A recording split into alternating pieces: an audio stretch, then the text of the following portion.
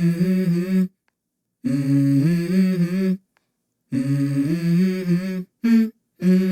go. I wake up to a little bit of drool on my pillow, feel like it's gonna be a bad day. Yeah, I'm tired of shit, and the coffee ain't hit yet, damn, ain't that great. I don't wanna go to work, cause my boss is a jerk, and I'm not even that paid. I need a change in my life, cause I don't feel alive, and there's nothing that makes me happy. Hold my beer for a minute, I'm about to quit my job, cash in for a ticket. I'm going on a trip and I don't plan to visit. I'm gonna stay there till I feel like I'm winning, and this is just the beginning. I need a big change, help me feel like living. I need a big swing, home runs I'm hitting, and I'll never look back, moving on till I get it all. And we all got dreams, we all want things, but what you gonna do for it? How you gonna move for it? What you gonna be?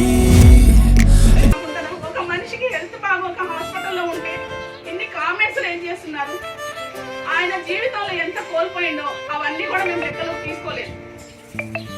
ఒక్క సేవతోనే ముందుకెళ్ళిండు ఆయన.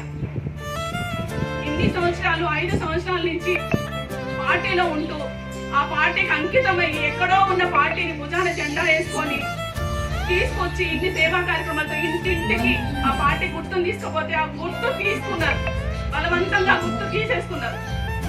తీసుకున్న రోజు ఆయన ఏడవడం చూసిన నేను first time నా life లో. బిజినెస్ లో ఉండి ఎన్నో చూసాం, నష్టాలు చూసాం, కష్టాలు చూసాం, అన్ని చూసినాం, ఎప్పుడు పొంగిపోలేదు. ఒక్క ఈ సేవా కార్యక్రమాలతో ఆయన రాజకీయంలోకి వచ్చిండు.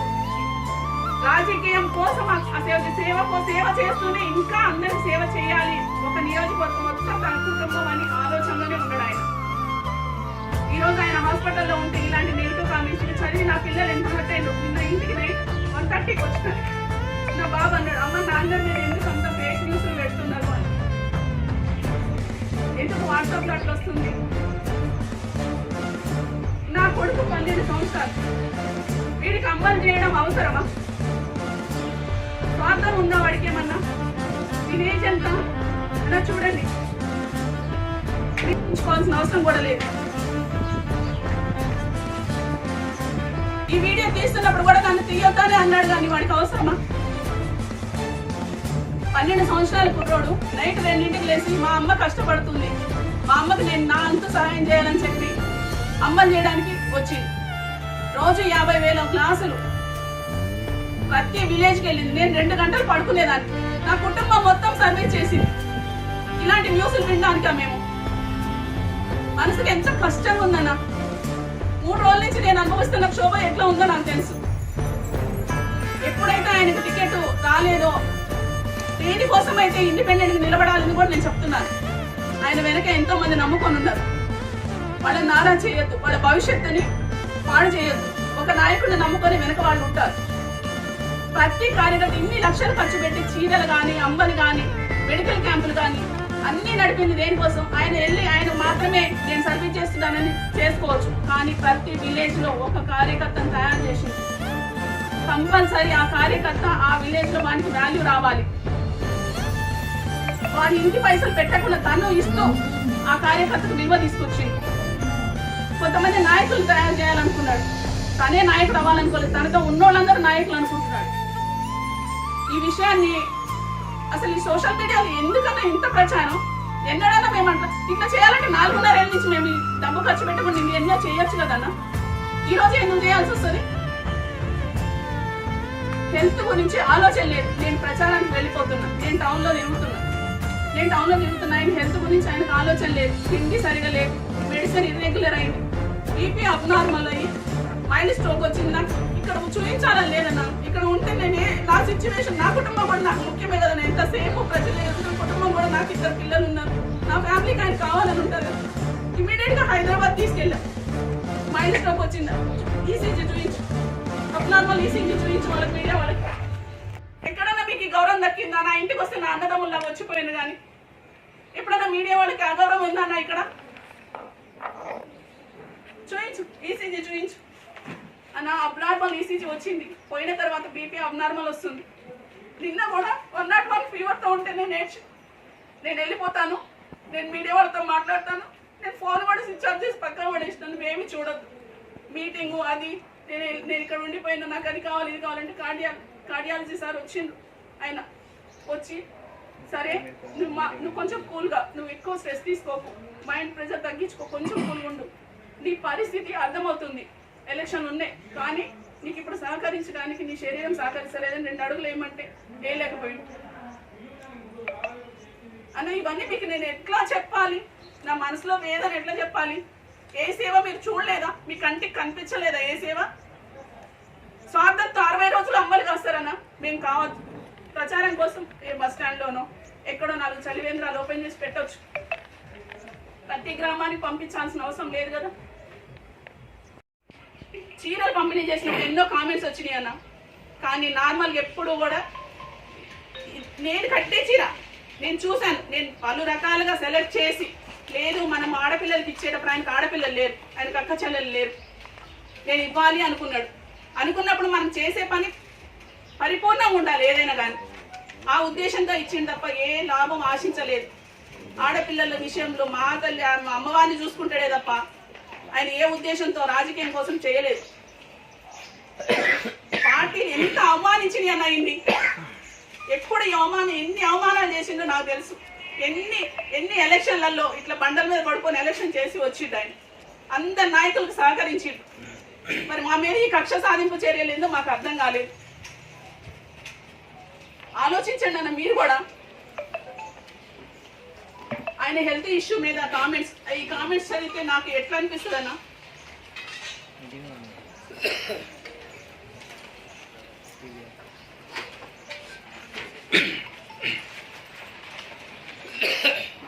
అయ్యో పాపం సింహం ట్రీట్మెంట్కి వెళ్ళాడంటే ఆరోగ్యం జాగ్రత్త, కనీసం మీ ముందు పార్టీలకు ఖర్చు ఇవ్వలేకపోతున్నాడు. ఏమన్నా పార్టీలకు ఖర్చు అని మాటలు రాసిండ్రు. 30 కోట్లు ఖర్చు పెట్టి సేవ చేసినోడికి ఇదా నా ప్రతిఫలం మాకు వచ్చేది? ఈ రకంగా నా రాసేది? ఆయన అనౌన్స్ చేసి నన్ను కూడా అడగలేదు, ఎందుకంటే ఆయన వెనక నేనున్నా. ట్రస్టులో ఇన్ని సేవలు చేసిన వాళ్ళు, రాజకీయంగా నాయకుడు ఏ నాయకుడైనా ఏ డబ్బున్నోళ్ళని ఇంత సేవలు చేయడం మీరు చూసిందా? ఒక్కళ్ళని చెప్పండి, ఒక్కళ్ళన్నా చెప్పండి. ఫ్యామిలీ అంతా సాక్రిఫైస్ చేసి మా తోటి గొడవలు కాలు ఇరిగితే నైట్ 2 కూర్చొని ఇక్కడ అబ్బలు కష్టమంది మేము. అంబలి ప్రతి గ్రామానికి క్షేమంగా వెళ్ళాలి, దాని గురించి ఎక్కడ ఇష్యూస్ రావద్దు. ఎవరు ఏమి వామిటింగ్స్ అయితే ఏమన్నా ఇది అవుతుందా, మమ్మల్ని ఎవరన్నా మోసం చేసి ఇది చేస్తారా అని ప్రతిరోజు దేవుడికి మొక్కేవాడు. పొద్దున్న లేస్తే మేము దాని గురించి ఆలోచించేవాళ్ళం. 60 రోజులు ఒక దీక్షలాగా చేసినమే తప్ప ఏ స్వార్థంతో మేము చేయలేదు. విలేజ్లలో ముసలి వాళ్ళు పోతే ఈరోజు నేను ప్రతి ఇంటి గడపకి వెళ్తుంటే లోపలికి రామ్మ లోపలికి వచ్చి బొట్టు పెట్టు అని అంటున్నారు. ఆ విలువ ఆయన చేసిన సేవలకే వచ్చింది. అర్థం చేసుకోండి అన్న, ఇది మాత్రం దుష్ప్రచారం చేయకండి. మేము దాన్ని కొంత పోస్ట్పోన్ చేసుకోవాలనుకుంటున్నాం.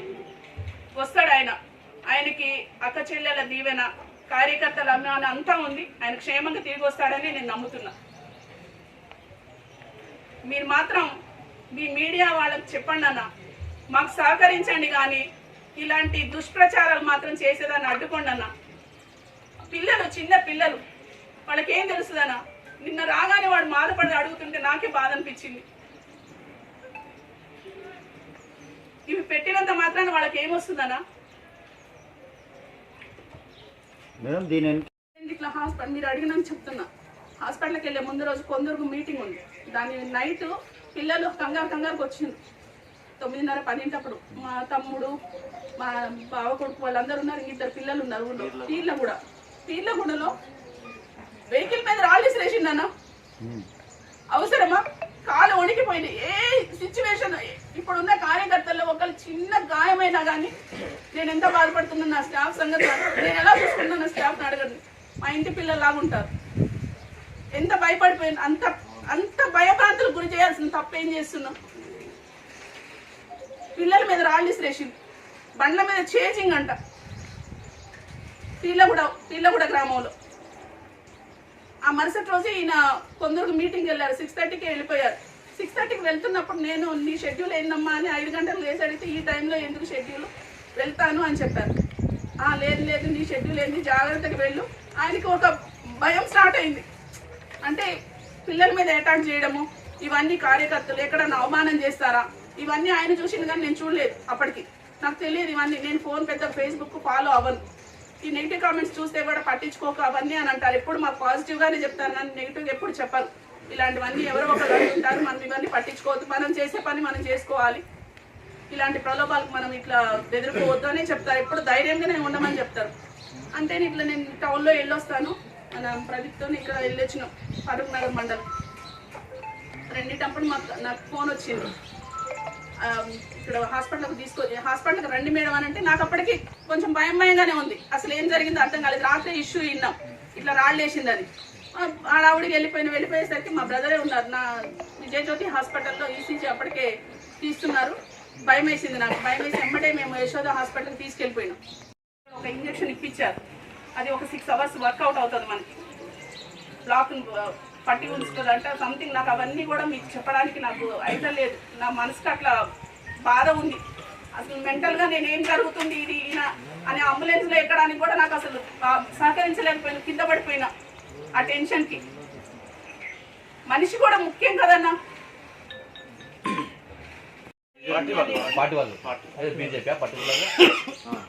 అన్న ఏ పార్టీ అయినా కానీ ఒక మనిషిని హీనంగా మాట్లాడవచ్చనా?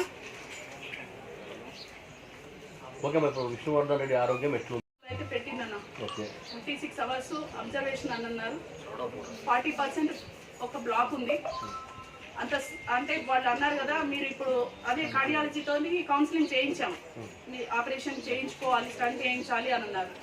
అంటే నా మైండ్ ఫాస్ట్గా ఉంది. అంటే నేను మీటింగ్కి వెళ్ళాలి, నేను ఈ పని చేయాలి, అంటే టైం కూడా దగ్గర ఉంది కదా, అవుతున్నా లేదా, నేను మీటింగ్స్ అటెండ్ కాలేకపోయాను అనే ఫీలింగ్లో ఎక్కువ ఉన్నారు. కానీ బాడీ సహకరించట్లేదు. ఇప్పుడు ఈ లెఫ్ట్ సైడ్ అంతా చాలా గుంజుతుందని చెప్పి ఫస్ట్ ఫిజియోథెరపీకి ఈ భుజం లేవనిస్తలేదు.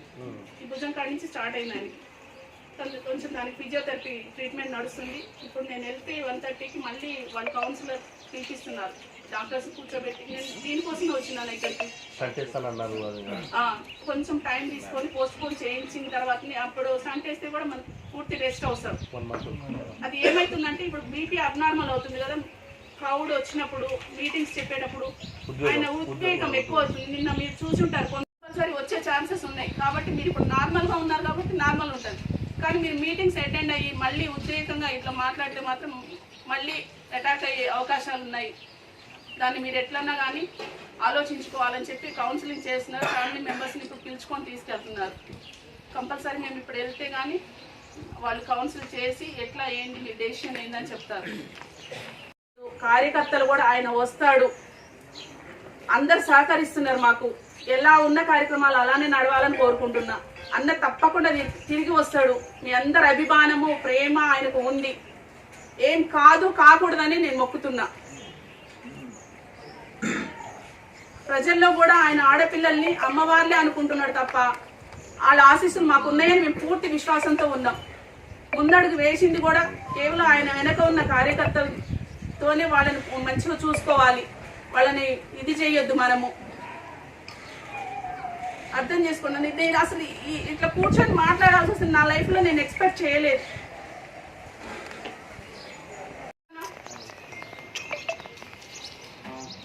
చెప్పి మాటిచ్చి మోసం చేసే వ్యక్తిత్వం ఆయనది.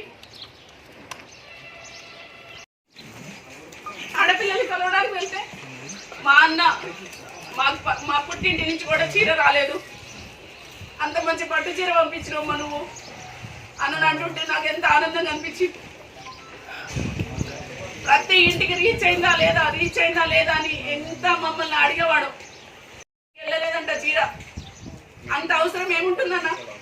అడ్వర్టైజ్మెంట్ కోసం ఒక 100 మందికి చీరలు ఇచ్చి మేము ఈ కార్యక్రమం చేసిన దులుపుకునే వాళ్ళు ఉంటారు. మేము అలా చేయలేదే. అభిమానంతో ప్రేమతోనే పంపించింది. ఏది పంపించినా కానీ ఒక రాజకీయ దురుద్దేశం ఆయనకు లేదు. ఆయనకి రాజకీయం తెలియదరా ఇట్లా చేస్తారని, ఇంత లాభంగా ఉంటుంది మాకు తెలియదు. ఇవన్నీ ప్రజల్లో ఒప్పుకుంటే ఇవన్నీ ఉంటే ఇస్తారు అనుకున్నాడు కానీ చిన్నపిల్లగాడన్నా ఆయనకి తెలియదు. ఇవన్నీ ఇంత నాయకులు మోసం చేస్తారని మేము అనుకోలేదు. పార్టీ నుంచి ఒక గుర్తు తీసుకెళ్ళడానికి ఈరోజు మా కుటుంబం ఎంత అవసరపడుతుందో నాకు తెలుసు అని ఒక్కసారిగా సింబల్ పోయింది మాకు. 5 ఏళ్ల నుంచి ఒక సింబల్ మీద మొత్తం చేసినాం. మా జీవితం మొత్తం దాని మీద పెట్టి ఒక సింబల్ని తీసుకొచ్చినాం. అనేది కాకుండా ఇంకో దాని మీద నిలబడ్డప్పుడు తీసుకెళ్ళడానికి ఎంత ప్రయత్నం ఉంటుందని మాకు కుటుంబం మొత్తం అల్లాడిపోతుందో ఆ సింబల్ని తీసుకెళ్ళాను. ప్రతి ఒక్కరి మైండ్లో తీసుకెళ్లాలన్న ప్రతిదీ వెళ్ళగానే అమ్మ ఇదిగో ఈయన క్యాలెండర్ ఉంది, ఆ క్యాలెండర్ మీద ఏ సింబల్ ఉంటుందన్న. నేను ఇప్పుడైతే సింబల్ని మార్చలేను కదా, అది కాదమ్మా ఇది అని ఎక్స్ప్లెయిన్ చేయాల్సిన అవసరం నాకు ఉంది. మనిషికి గడపకి రోజుకి 14 కిలోమీటర్లు నడుస్తున్నాం. తన భార్య కూడా కష్టం చేస్తుంటే తనకు అనిపిస్తుంది కదా ఆ స్ట్రెస్ బాగా ఎక్కువైంది దానికి. నా కుటుంబాన్ని ఇంత శ్రమ పెడుతుందా, అట్లా పిచ్చి కామెంట్లు పెడితే ఎంత బాధ అనిపిస్తుంది అన్న. మేము ఆయన మానించి ఎవరైనా నాయకుడిని కానీ పార్టీని కానీ ఇంత నష్టం జరిగిన తర్వాత మా నుంచి ఎప్పుడైనా నెగిటివ్ కామెంట్స్ విన్నారా, మీరు చూసారా? ఒక్క మీడియాలోనన్నా మేము నెగిటివ్ కామెంట్స్ ఒక పార్టీని కానీ ఒక నాయకుడిని కానీ విమర్శించడం ఎక్కడైనా గమనించారా? మాకు అదొక్కటి చూపించండి అన్న. మా ఫ్యామిలీ నుంచి కానీ మేము కానీ ఎక్కడైనా ఏ నాయకుడినైనా విమర్శించామా? ఎవరైనా కొంచెం నష్టం చేస్తేనే మనసులో ఉండబట్టలేక వీడు అట్లా చేసిండు వాడు ఇట్లా చేసిండు అనుకుంటు అంటారా అన్నాను. మన చేతిలో ఇచ్చి ఒక గుడికో దేనికో 1000 రూపాయలు ఇస్తున్నాం, మీరు పక్కవాడి చేతి నుంచి ఇప్పించగలరా? అమ్మో వాడికి ఎక్కడ పుణ్యం పోతుందో నాది నేను ఇస్తున్నా అనుకుంటారు. కానీ ఈయనకున్న దాన్ని పక్కవాడితో ఇప్పించింది తప్ప ఆయన చేతిలో ఇవ్వలేదు. ప్రతి కార్యకర్తతో ఇప్పించిండు. ఎంతమంది కార్యకర్తలు తమ్ముళ్ళు వచ్చి మాకెంత ఇప్పుడు ఎంత విలువ పెరిగింది వద్దమ్మా, మాకెంత విలువ పెరిగింది అక్క. అన్న ఈ కార్యక్రమం చేసిన తర్వాత మమ్మల్ని గుర్తుపడుతున్నారు, మా చేత చేయించిండు. వాళ్ళ విశ్వాసాన్ని మేము పోగొట్టవద్దు కదా, ఒక ఇండిపెండెంట్గా వెయ్యాలి, అందరు అంత అవసరం ఉందని చెప్పే వేసిండు. ఇంత లేకుండా లేం మేము, మాకు ఇంత అభిమానం ఉంటుంది. ఏదన్నా డబ్బు ఒక్కటే ప్రథమం కాదు, ఇక్కడ డబ్బు గురించి ఎక్కడ ప్రస్తావన లేదు మాకు. కానీ అనుమానం వచ్చింది, 11:30కు ఫోన్ చేసి ఇంకా మీటింగ్ నుంచి ఎందుకు రాలేదు అని అడిగింది. ఏం సమాధానం చెప్పలేదు.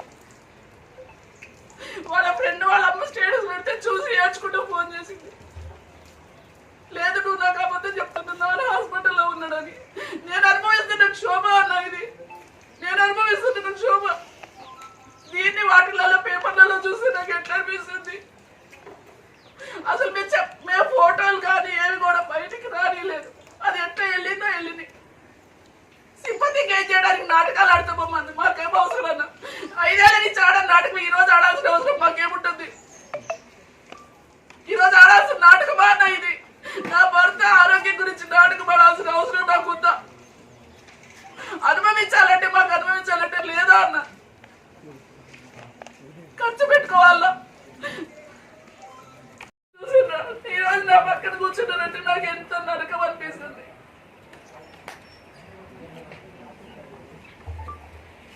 పిల్లలిద్దరిని కూర్చోబెట్టుకొని నేను రాజకీయంలోకి రావాలా కన్నా అని అడిగాడు. నాన్న ఒక మంచి లీడర్గా చేస్తే మంచిగా ఉంటారు కదా నాన్న. నా కొడుకు వాడి వయసుకి ఏం తెలుసు అన్న, వాడి వయసుకి ఏం తెలుసు?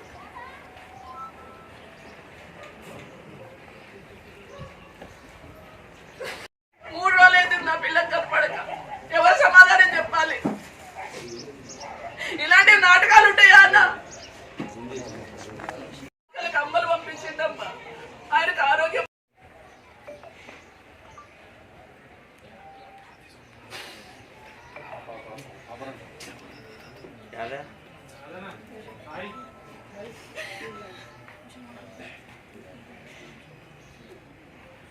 మనిషిని ఫస్ట్ ఎట్లున్నాడో ఒక్కసారి మీరు మీడియాలో ఇంతకు ముందు తీసిన దాని ఫోటోలు ఇప్పుడున్న పరిస్థితి ఆయన చూడండి, ఒకసారి చూడండి, చూస్తే అర్థమవుతుంది ఎట్లున్నాడు అనేది. రోజుకి ఎంత కుసించిపోతున్నాడు. ఆలోచన ఇదే ఆలోచన. ఇంత మనసు మీదకి తీసుకోవద్దు, స్ట్రెస్ వద్దు అని అంటే కూడా లేదు. నన్ను ఇంత ప్రలోభాలు చేస్తున్నారు, నన్ను కాలు బట్టి గుంజుతున్నారు, ఎక్కడికి పోయినా ఆటంకాలు చేస్తున్నారు. ప్రతి గ్రామంలో ఏ కార్యక్రమం దగ్గర కూడా ఎన్నిసార్లు అడ్డంకులు తగిలినో మాకు తెలుసు. మాకు పర్మిషన్ రాకుండా చేసి వెహికల్ పర్మిషన్ పోతే 4 రోజులు ఆపినా కాన్ఫిడెన్స్తోనే ఆ పార్టీ గుర్తుతో వెహికల్స్ అన్నిటికి పర్మిషన్స్ వచ్చి ఒక్కసారి కదా రాలేదు. అవన్నీ తీసేసి మళ్ళీ వేరే వెహికల్స్కి పర్మిషన్ తీసుకోవాలి కదా. మేము ఎంత టైం వేస్ట్ అని అంటే మనం ఉన్న టైంలో ఇది ఆ ప్రెషర్ ఎక్కువైంది మనిషికి. అవుతుందా కాదా ఈ ప్రెషర్ బాగా పెట్టేసుకున్నాడు, ఒత్తిడికి బాగా లోనైంది. నేను ఎప్పుడు మిమ్మల్ని అసలు ముఖాముఖి కూడా ఎవరితో నేను మాట్లాడలేదు. కాజాబాయ్ కూడా ఎన్నోసార్లు వచ్చాను కానీ నేను ఆయన పలకరిస్తే పరిచయం చేసే మాట